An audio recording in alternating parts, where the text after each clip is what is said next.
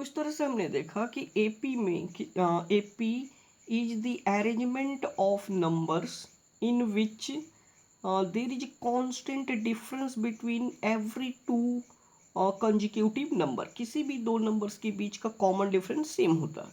Common difference कैसे check करते हैं? Second term minus first term, third term minus second term, fourth term minus third term, और अगर ये सेम हो then it the collection of numbers can be called AP. ठीक है। Now let us take an example. See, suppose we have 2, 4, 6, then 8, 10. Clear? In this arrangement of number, this also forms an AP, क्योंकि हर दो numbers के बीच का common difference same है। This is your first term A1, this is second term A2, this is third term A3, this is fourth term A4 and this is fifth term A5। तो इस तरह से 5 term given है। इस AP का 5 term दिया हुआ है। ठीक है। इस एपी में सी सबसे पहले हम लोग कॉमन डिफरेंस निकाल लेते हैं। What is the common difference?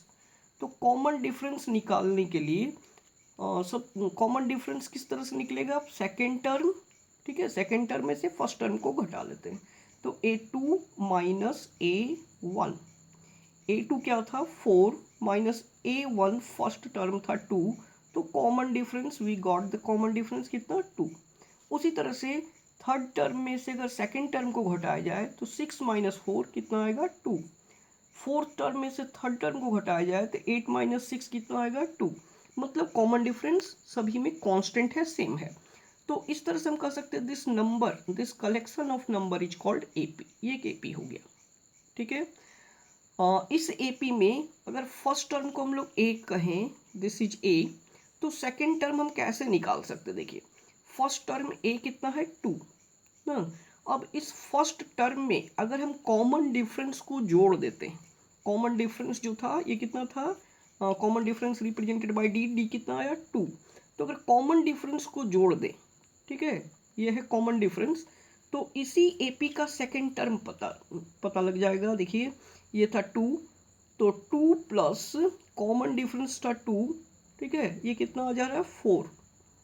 4 which is the second term. ठीक है। इसी तरह से थर्ड टर्म निकालने के लिए सेकेंड टर्म में से देखिए, सेकेंड टर्म क्या था? A2, उसमें अगर हम कॉमन डिफरेंस को जोड़ दें D, तो थर्ड टर्म निकल जाएगा। A2 कितना था? 4, और कॉमन डिफरेंस कितना आया था? 2, तो ये आपका आ जाता है 6, यानी which is the third term of this AP। ठीक है। नेक्स्ट है, अब अगर हम लोग को ये थर्ड टर्म निकाल लिए, फोर्थ टर्म चाहिए, तो क्या करेंगे? थर्ड टर्म उससे पहले वाला टर्म, थर्ड टर्म में कॉमन डिफरेंस को जोड़ दीजिए। तो थर्ड टर्म था आपका A3, देखिए थर्ड टर्म कितना था? 6, उसमें कॉमन डिफरेंस जो था कितना? 2, अगर इसको जोड़ दिया जाए तो इट विल बिकम कितना हो जाएगा? 8, which is the 8 is the fourth term. ठीक है, फोर्थ टर्म। तो इस तरह से एक फॉर्मूला हो जाता है कि एपी को इस तरह से लिखा जाता है ए, ठीक है, फर्स्ट टर्म अगर ए हो तो सेकेंड टर्म क्या होगा? ए प्लस डी। ठीक है, this will be second term. Third term क्या हो जाएगा? ए प्लस 2D। ठीक है। फोर्थ टर्म कितना होगा? ए प्लस 3D। इस तरीके से टर्म को निकाला जा सकता है। जैसे वंस अगेन सी, ये फॉर्मूला हम लोग यूज कर सकते हैं एपी को पता करने के लिए। जैसे ए फर्स्ट टर्म कितना था? 2, तो हमने लिखा ये 2। अब सेकेंड टर्म के लिए क्या करना है? ए प्लस कॉमन डिफरेंस। ए क्या था? फर्स्ट टर्म जो कि था 2, और प्लस कॉमन डिफरेंस हमने निकाल रखा है, ये कितना है? 2। तो 2 प्लस 2 ये हो जाएगा आपका 4 ना, विच इज A2 मीन्स क्या? सेकेंड टर्म निकल गया।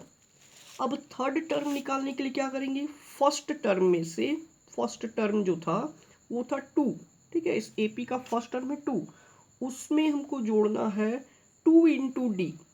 2 इंटू कॉमन डिफरेंस कितना था? 2, तो ये हो गया आपका 2 प्लस 4 यानी कितना? 6, which is the third term this AP, third term of this AP A3। ठीक है।